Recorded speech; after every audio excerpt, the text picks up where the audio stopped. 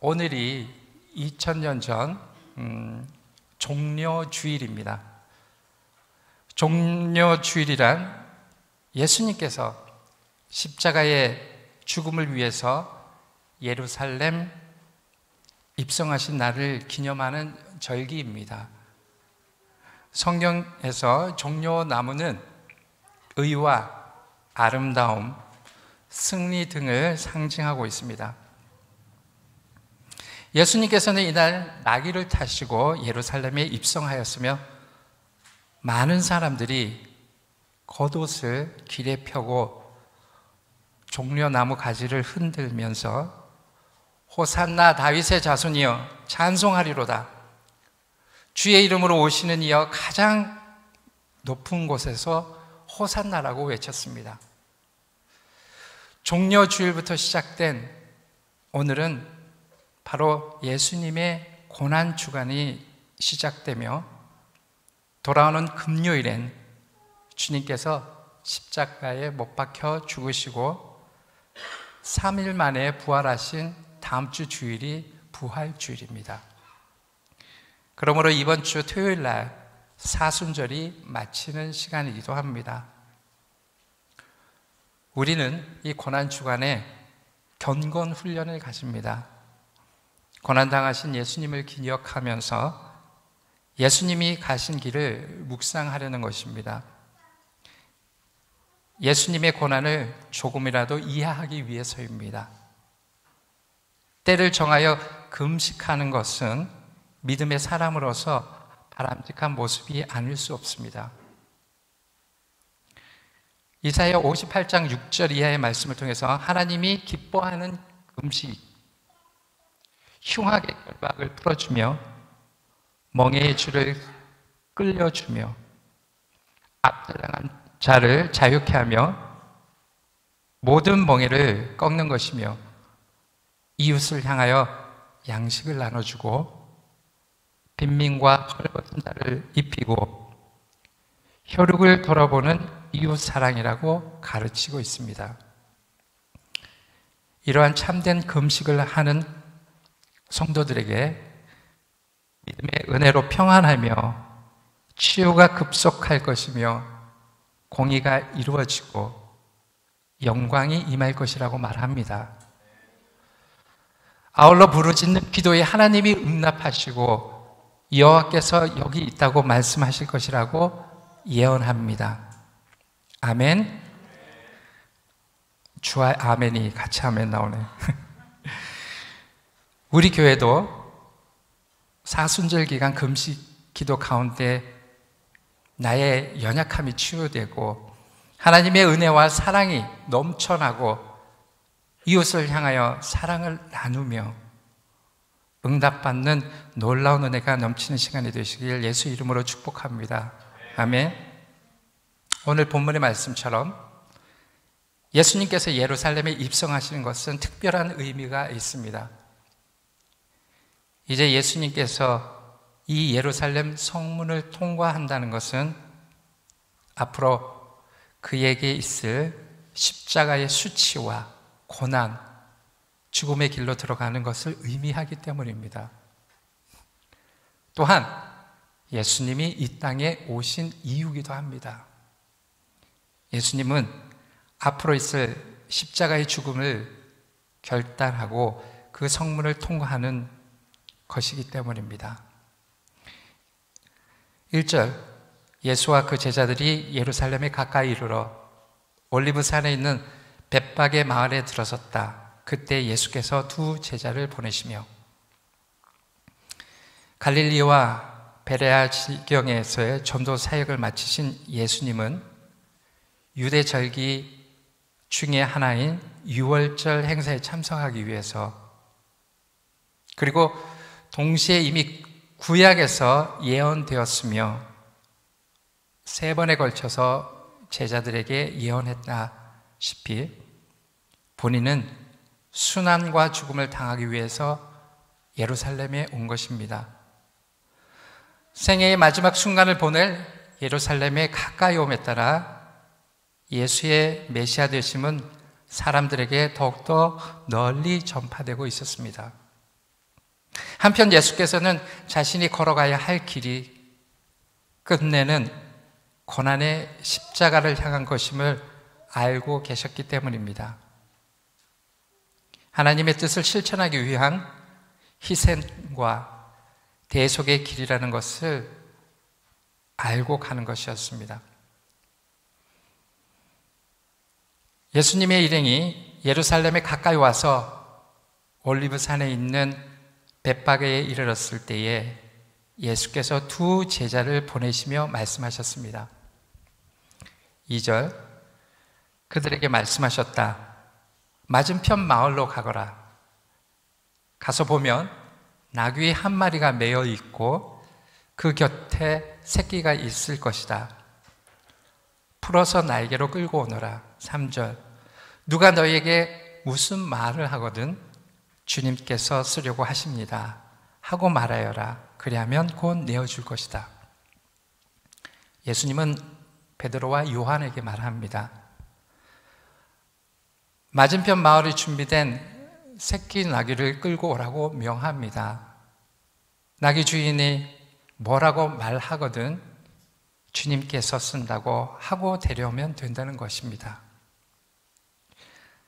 그 나귀의 주인과 예수님과의 관계에 대해서 일절 없는 가운데 하나님의 예언 성취를 위해 미리 예비해 놓은 하나님의 섭리를 주님이 행하시고 계신 것이었습니다.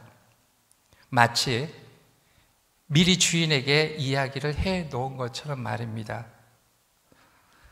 사람이 아직 사용한 일이 없는 가축을 특별하게 성별하여 사용하고 있습니다. 나귀는 팔레스타인에서 짐을 나를 때 이용하는 가장 흔한 짐승입니다.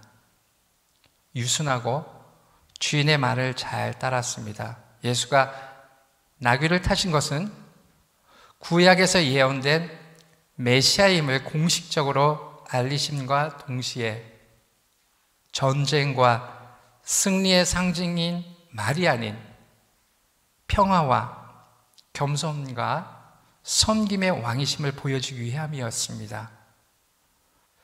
주님은 예언을 성취하기 위한 행동은 모든 것에 자연스럽게 이루어지는 것을 볼 수 있습니다. 4절 5절의 말씀입니다. 이것은 예언자를 시켜서 하신 말씀을 이루려는 것이었다. 시온의 딸에게 말하여라. 보아라, 내 임금이 내게로 오신다. 그는 온유하시어 나귀를 타셨으니 어린 나귀 곧 멍에 매는 짐승의 새끼다. 구약의 선지자 이사야와 스가랴를 통하여 예언된 말씀을 성취하기 위해서 이루게 하심을 선포하고 있습니다. 지금 이루어진 사건 하나하나가 하나님의 예언이 이루어지는 장면이라는 것입니다. 그렇습니다. 하나님의 약속은 분명 이루어집니다. 우리의 머리칼 하나까지도 세시는 그분은 한치의 오차도 없으시며 완전한 분이시기 때문입니다. 시온의 딸, 그 의미의 뜻은 예루살렘 및 그 주민 전체를 가리키는 말입니다.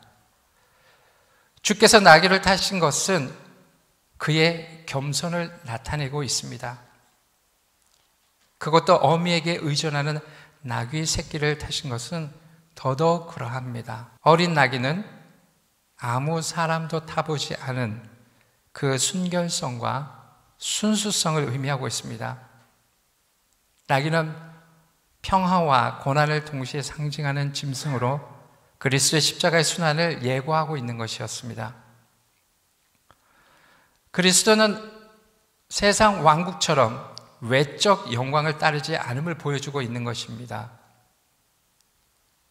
그러므로 예수님께로는 누구든지 나아올 수 있음을 보여주고 있습니다. 예수님이 나귀를 타고 예루살렘으로 입성하심은 화려한 세상의 지위로 오시지 않았음을 보여주는 것입니다. 예수님은 우리에게 큰 자가 되길 원하는 사람에게 섬기라고 말씀하셨습니다. 주 안에서 큰 자는 다른 것입니다. 그것을 보여주기 위해 우리의 왕이 되신 분이 새끼 나귀를 타고 예루살렘으로 입성하시는 것이었습니다. 인자가 온 것은 섬김으로 오심에 대한 실천적인 모습이었던 것이었습니다. 6절, 7절을 보겠습니다. 제자들이 가서 예수께서 지시하는 대로 어미 나귀와 새끼 나귀를 끌어다가 그 위에 겉옷을 얹으니 예수께서 올라타셨다. 제자들이 가서 예수의 명하신 대로 나귀와 나귀 새끼를 끌고 와서 자기들의 겉옷을 그 위에 얹자 예수께서 그 나귀 위에 타셨습니다. 옷을 그 위에 얹은 것은 안장으로 대신해서 사용했기 때문입니다.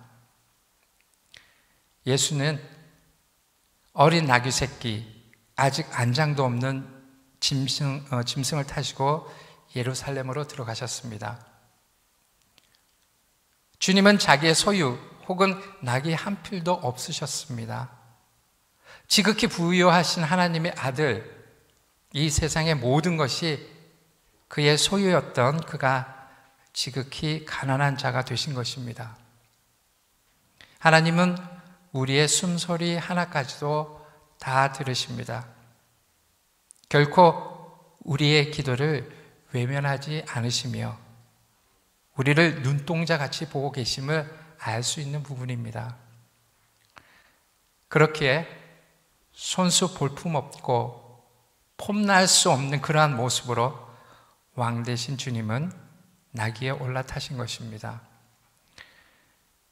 8절, 큰 무리가 자기들의 겉옷을 길에다가 폈으며 다른 사람들은 나뭇가지를 꺾어다가 길에 깔았다. 그리고 앞에 서서 가는 무리와 뒤따라오는 무리가 외쳤다. 호산나 호산나, 다윗의 자손께 복되시다. 주님의 이름으로 오시는 분, 더없이 높은 곳에서 호산나. 10절, 예루살렘으로부터 무리가 예수를 맞으러 나왔습니다. 갈릴리로부터 예수를 따라 예루살렘 순례길을 나선 무리들과 예루살렘 주민들과 환호의 물결을 이루었습니다. 그들은 메시아를 대망하는 열정이 넘치면서 예수를 맞이하고 있었습니다. 많은 사람들은 최대의 환영과 예우의 인사로 겉옷을 길에 펴고 종려 나무를 흔들며 메시아가 오심을 환영했습니다. 그들은 호산나, 다윗의 자손이여 찬송하였습니다. 호산나를 아람어로 호시아나라이며 이 뜻은 빌기를 우리를 구원하소서 라는 뜻이 있습니다. 이스라엘의 구원자 되심을 외치고 있었습니다. 무리가 겉옷을 길에 펼치는 것은 왕에 대한 존경심을 표현한 것이었습니다.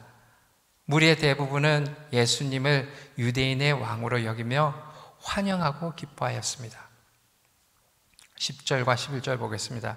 예수께서 예루살렘에 들어가셨을 때에 온 도시가 들떠서 물었다. 이 사람이 누구냐? 11절, 사람들은 그가 갈릴리 나사렛에서 나신 예언자 예수라고 말하였다. 그들은 예수를 갈릴리 나사렛에서 온 선지자로 다른 사람들에게 소개하고 있었습니다.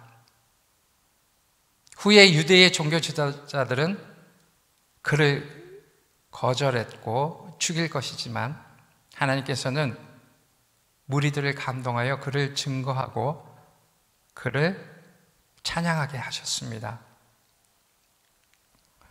선지자 예수라고 대답한 사람들은 갈릴리나 베다니로부터 예수를 쫓아온 사람들이 아니며 종려 가지를 흔들며 예수를 영접했던 사람들은 아닙니다. 그들은 행렬 밖에 있던 사람들로 예수를 메시아로 인정하지 않은 사람들이었습니다. 선지자 예수라고 한 사람은 나사렛의 천한 목수의 아들이 구원자로 오심을 비아냥대듯이 말하고 있는 것이었습니다. 그 수많은 무리들 가운데에 예수님이 메시아 되심을, 구원자 되심을 환영하고 있지 않는 사람들도 있었다는 것입니다. 그냥 선지자 중에 한 사람으로 알고 있는 사람도 있었다는 것이었습니다. 예수님은 우리 구원자 되심을 믿으시 바랍니다. 아멘. 아멘. 이렇게 예수님은 예루살렘에 입성하게 됩니다. 오늘부터 고난 주간에 주님이 행하시는 일에 대해서 살펴보도록 하겠습니다. 오늘 첫날 예수님은 나귀를 타시고 예루살렘에 입성하셨습니다. 그때 군중들은 옷을 벗고 길에 깔고 종려나무를 꺾어 들고 예수님을 구세주로, 왕으로, 메시아로 열렬히 환영하였습니다. 둘째 날인 내일 월요일은 예수님께서 예루살렘 성전에 방문하신 날입니다. 예수님은 성전에서 상인들과 환전상들의 고함 소리로 성전이 아수라장되는 것을 보게 됩니다. 성전 안에 매매하는 자들은 생계를 이어가기 위해 불쌍한 사람들이 아니라 안나스와 대제사장들과 특정 층의 돈벌이 수단으로 사용되고 있었던 것이었습니다. 거룩해야 할 성전에서 불결하고 속된 시장 바닥과 같은 문란해진 성전의 모습을 보시고 주님은 분노하시며 장사꾼들을 모두 내보내시고 성전을 깨끗게 하십니다. 타락한 종교에 대한 견고와 책망을 통해서 예수님 자신이 하나님의 아들이시며 성전의 주인이며 성전 자체이심을 나타내십니다. 그리고 길을 가시다가 죄 없는 무화과 나무를 저주하는 것으로 나타내십니다. 타락할 대로 타락해버린 예루살렘의 도성, 그리고 그보다도 더 타락한 제사장들의 모습을 보시고 그들에게 쏟는 저주의 진노를 나무에게 대신 쏟아 부으신 것이었습니다. 예수님은 열매가 없고 잎만 무성한 무화과 나무를 저주함으로써 행함과 실천이 없이 형식만 무성한 이스라엘은 패망한다는 것을 경고하셨습니다. 셋째 날인 모레 화요일은 예루살렘 성을 내려다보시며 눈물을 흘리신 날입니다. 예수님께서는 예루살렘 성전에서 대부분 시간을 보내셨습니다. 이날은 유대 지도자들과 논쟁을 하였던 날이기도 합니다. 왜냐하면 유대 지도자들은 예수님께 어떠한 꼬투리를 잡아서 없애려고 하는 의도가 있었기 때문입니다. 모든 것을 예수님은 말씀으로 이야기합니다. 요한의 권세는 어디서 있었으며 가이사의 것은 가이사에게, 부활할 때는 결혼을 하지 않는다. 목숨을 다해 하나님을 사랑하고 이웃을 자기 몸처럼 사랑하라 등을 말씀하시면서 유대 종교 지도자들의 계략을 물리치셨습니다. 또한 예수님께서 성전을 나설 때 예루살렘 성전이 돌 하나 돌 위에 남지 않고 다 무너질 것이라고 말씀하셨습니다.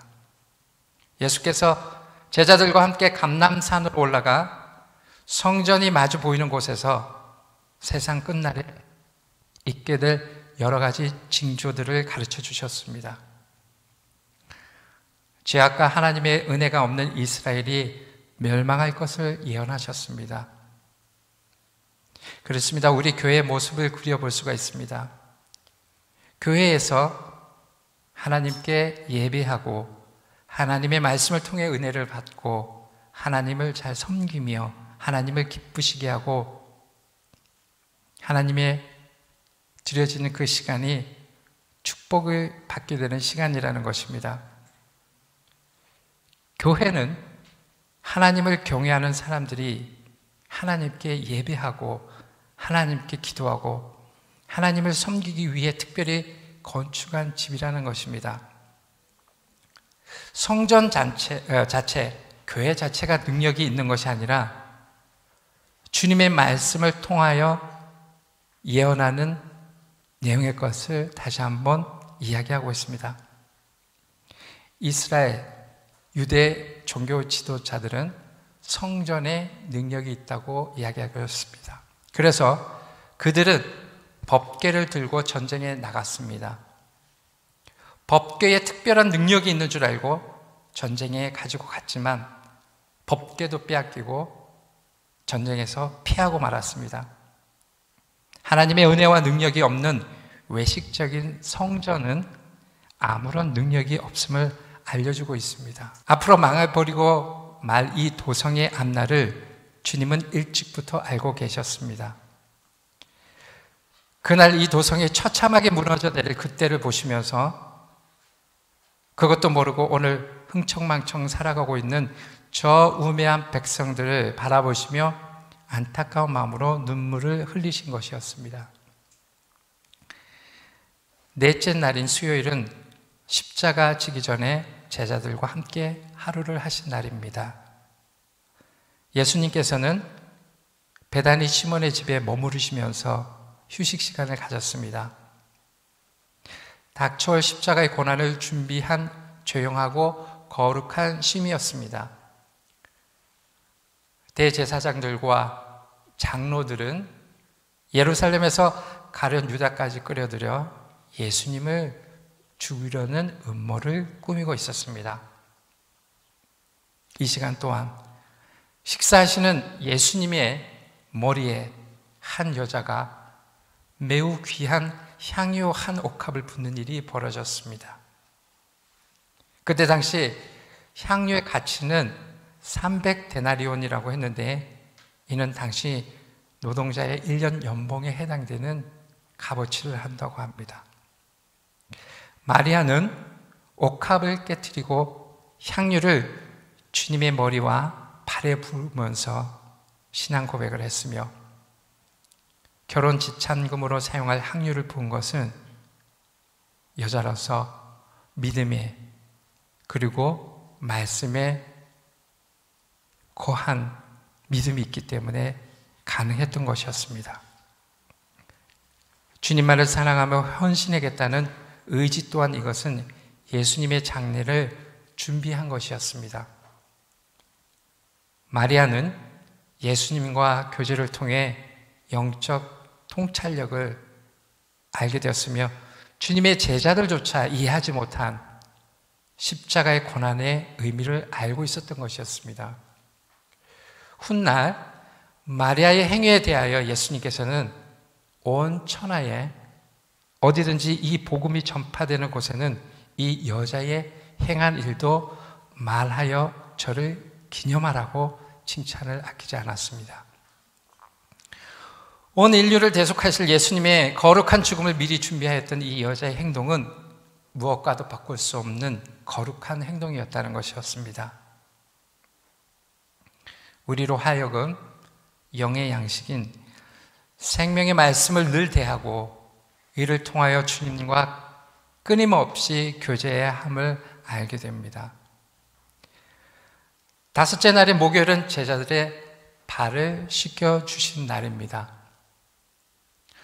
무교절 첫날, 곧 유월절 양을 잡는 기념일인 이날 저녁에 예루살렘 성내의 한 저택에서 큰 다락방에서 유월절 만찬이 벌어졌습니다. 예수님과 12제자들은 식사를 한 후에 기념 만찬을 가졌습니다. 예수님은 제자들에게 떡을 떼어 나의 몸, 포도주를 나의 피라고 하시며 주의 만찬의 예식을 제정하셨습니다. 예수님은 일어나 그들의 발을 씻겨주셨습니다. 예수님은 몸소 제자들의 발을 씻김으로써 섬기는 자세를 보여주면서 의아해하는 제자들에게 너희도 내가 행한 것처럼 행하라고 당부하셨습니다. 만찬이 끝난 늦은 밤 예수님과 제자들은 습관을 따라 겟세마네 동산으로 향했습니다. 특히 주님은 세 제자만 데리고 한적한 데로 가서 따로 마지막 기도를 드렸습니다. 예수님은 얼굴을 땅에 대고 엎드려 고민하여 슬퍼하사 심한 통곡과 눈물로 간구와 소원을 드렸습니다. 온 인류의 죄악을 한 몸에 지셔야 하는 엄청난 중압감으로 땀이 핏방울 같았다고 말씀하고 있었습니다. 겟세마네의 기도는 이 잔을 내게서 옮기시옵소서였습니다. 그러나 곧이어 예수님께서는 나의 원대로 마옵고 아버지의 원대로 하옵소서라고 위임과 결단을 내렸습니다. 기도는 나의 유익보다 하나님의 인도하심에 대한 신뢰와 믿음이 있어야 된다는 것을 말하고 있습니다. 내가 기도 드린다는 것은 결국 하나님의 인도하심을 믿는 믿음 안에서 이루어짐을 알 수 있습니다. 기도를 통하여 하나님의 인도하심을 알게 하는 은혜의 시간이라는 것이었습니다. 여섯째 날인 금요일은 고난주간의 절정입니다. 겟세마네 기도 후에 이날 새벽 1시경에 예수님은 제자인 가룟 유다가 앞잡이로 끌고 온 군대와 성전관리, 제사장의 하속들에게 체포됩니다. 이때 당시 겁에 질린 제자들은 모두 예수님을 버리고 도망했습니다. 예수님은 대제사장의 집에서 동이 틀 때까지 대제사장과 공회 앞에서 종교 재판을 받습니다. 사형에 해당하는 자로 정죄받은 예수님은 총독 빌라도의 관저로 끌려갔습니다. 빌라도는 유대 종교 지도자들과 무리의 압박에 못 이겨서 예수님을 십자가에 못 박히게 넘겨주게 됩니다. 뜰 안에서 로마 병사들은 예수님에게 자색 옷을 입히고 가시 면류관을 쓰고 갈대 머리를 치며 침을 뱉으며 갖은 희롱을 다했습니다. 그리고 성박 골고다 형장까지 형틀을 두 어깨에 맨 행진이었으며 납덩이를 매달은 가죽 채찍으로 끔찍한 매질을 가했습니다. 아까도 그 화면에 보셨지만은 사실 영화에서 그 채찍은 역사학자들이 말하는 그런 부분과 굉장히 가벼운 그 화면이었습니다. 역사학자들이 그 당시에 말하는 채찍의 벌은 그 당시 로마 시대 때 채찍이 있는데 가죽 채찍이 하나에서 9가지의 채찍이 나간다고 합니다. 가죽에서. 그러면 그 끝이 동물의 뼈로 인해서 한번 채찍을 가면은 살점이 떨어져 나간대요. 그래서 이 형벌이 죽기 전에 그 매를 치는 형벌이 40대를 맞으면 죽는다고 합니다. 그래서 39대까지 예수님을 채찍을 가장 큰 벌을 내리셨다고요. 그래서 이 채찍의 가죽이 지금 그 화면에 보셨으면은 그냥 그 회초리 같은 채찍이었잖아요. 그게 아니었답니다. 그게 아니고 가장 큰 형면인 그 한 라인에 9가지의 가죽이 펼쳐나가고 그 끝에 동물의 뼈가 있었다고 합니다. 그래서 이 가죽을 24시간 동안에 그 물에 적셔둔답니다. 그래야지 이 채찍이 무게감 있게 크게 작용하기 때문에.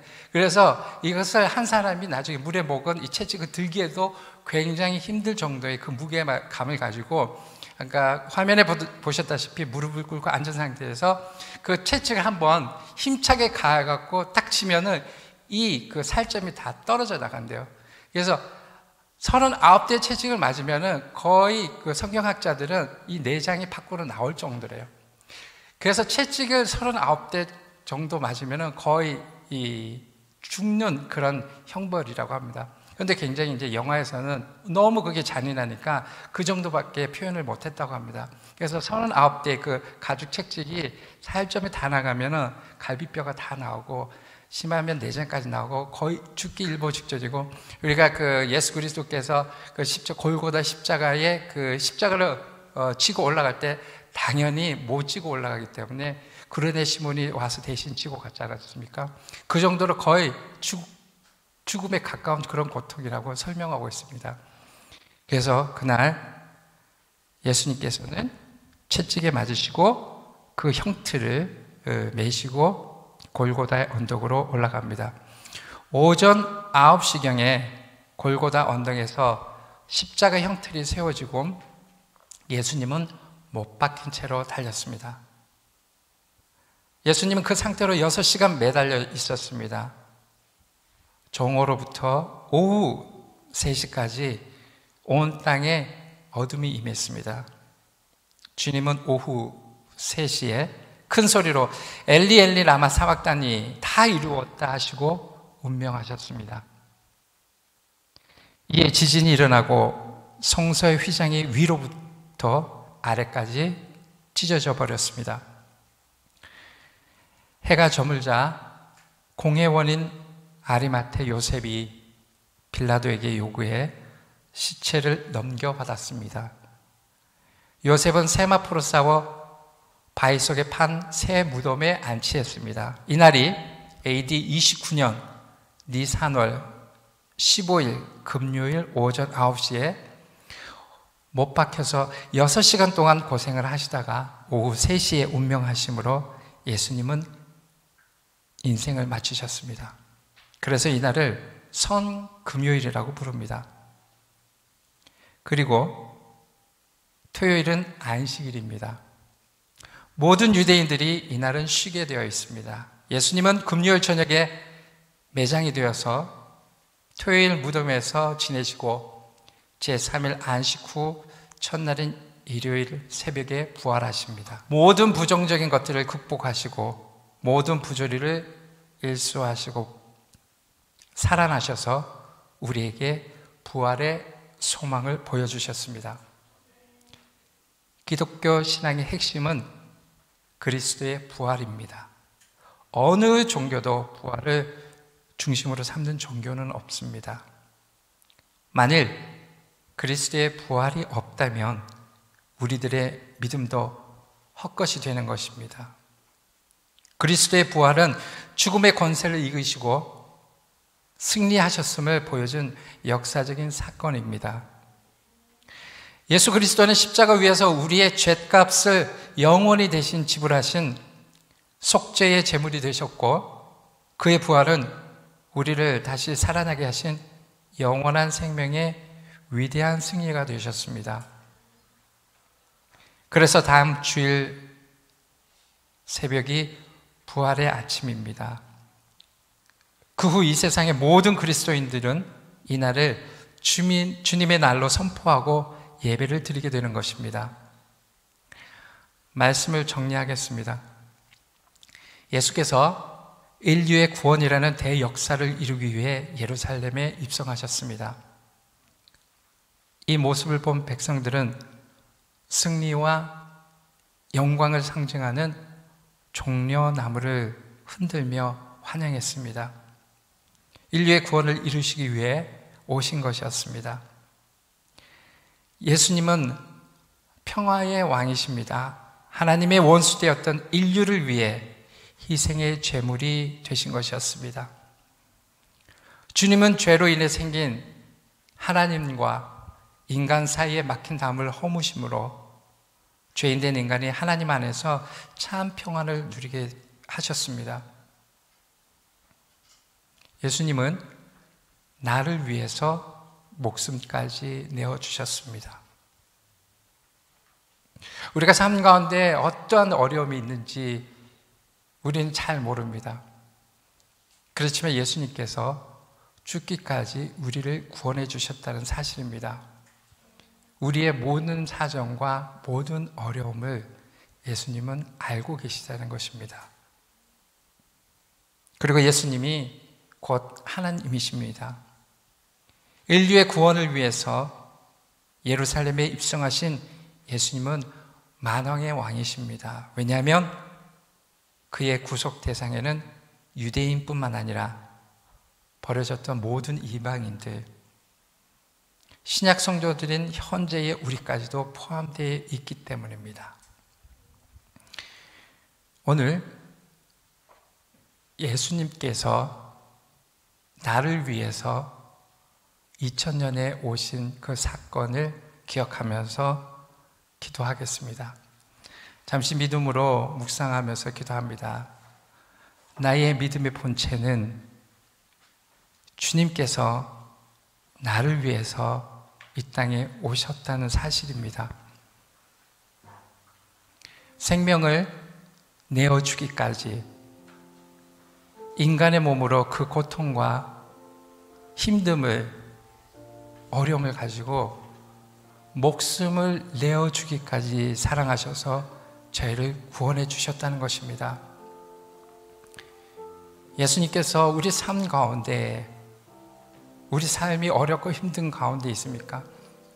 마치 예수님은 나를 위해서 아무것도 안 하는 것처럼, 정말 왜 이렇게 나는 그런 힘든 가운데 있어야 되고, 믿는 예수님은 나를 위해서 그냥 바라보이는 것처럼 혹은 생각하고 있지는 않으신지요? 예수님께서는 나를 위해서 그 십자가의 고난, 피가 물이 되기까지 쏟은 생명을 주시기까지 저희를 사랑해 주셨다는 겁니다. 그래서 구원해 주셨다는 것입니다. 예수님은 결코 우리를 위해서 그냥 가만히 계시는 분이 아니시고 정말 죽기까지, 목숨을 주기까지 우리를 구원해 주셨다는 사실입니다. 우리는 그 믿음의 확신으로 나갑니다. 정말 내가 갖고 있는 그 많은 것들 중에 우리 삶 가운데에 정말 그 그리스도의 확신, 예수님께서 나를 죽기까지 사랑하셔서 구원해 주셨다는 그 믿음, 우리는 그저 그 믿음을 내어드리는 것입니다. 그 믿음이 있을 때에 우리는 모든 것을 능히 이겨낼 수가 있습니다. 이번 주에 주님께서 나를 위해서 오신 그 여정을 생각해 봅니다.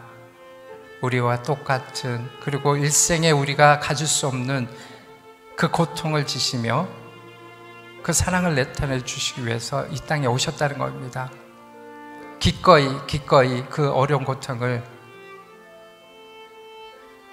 힘드니까 예수님도 이 잔을 내게서 돌려달라고 했지만, 그럼에도 불구하고 만약 하나님이 원하신다면 하나님의 뜻 가운데로 해달라고 그 고통의 것을 이야기하고 있었습니다. 그렇게 예수님께서는 친히 우리를 위해서 십자가에 못 박혀 죽으셨습니다. 그리고 생명의 근원이신 부활을 하셨습니다. 그러면서 우리에게 새 생명을 허락해 주셨고 믿음 가운데 우리를 살 수 있도록 해주심을 감사드립니다. 하나님 아버지, 그 은혜를 통해서 나갈 수 있도록 해주심을 감사를 드립니다. 그 은혜를 통해서 우리가 모든 것을 감당할 수 있도록 인도해 주시고, 그 어떤 어려움과 힘든 가운데서도 오직 주만을 바라보며 살 수 있도록 인도하여 주시옵소서. 예수님께서 나를 위해서 예루살렘에 입성하셨고 그 고통의 길을 가셨다는 것을 믿음으로 시인하고 고백하는 자가 될 수 있도록 주님께서 축복하여 주시옵소서. 그 믿음 가운데, 우리의 삶 가운데 나가는 믿음이 늘 풍요롭고 은혜 가운데 있을 수 있도록 축복하여 주시옵소서. 그런 예수님이 나의 목숨까지 또 함께 해주시는 그 믿음을 내어드리며 감사하는 자가 될 수 있도록 주님께서 축복하여 주시옵소서.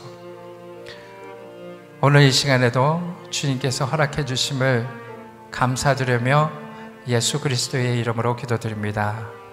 아멘, 아멘.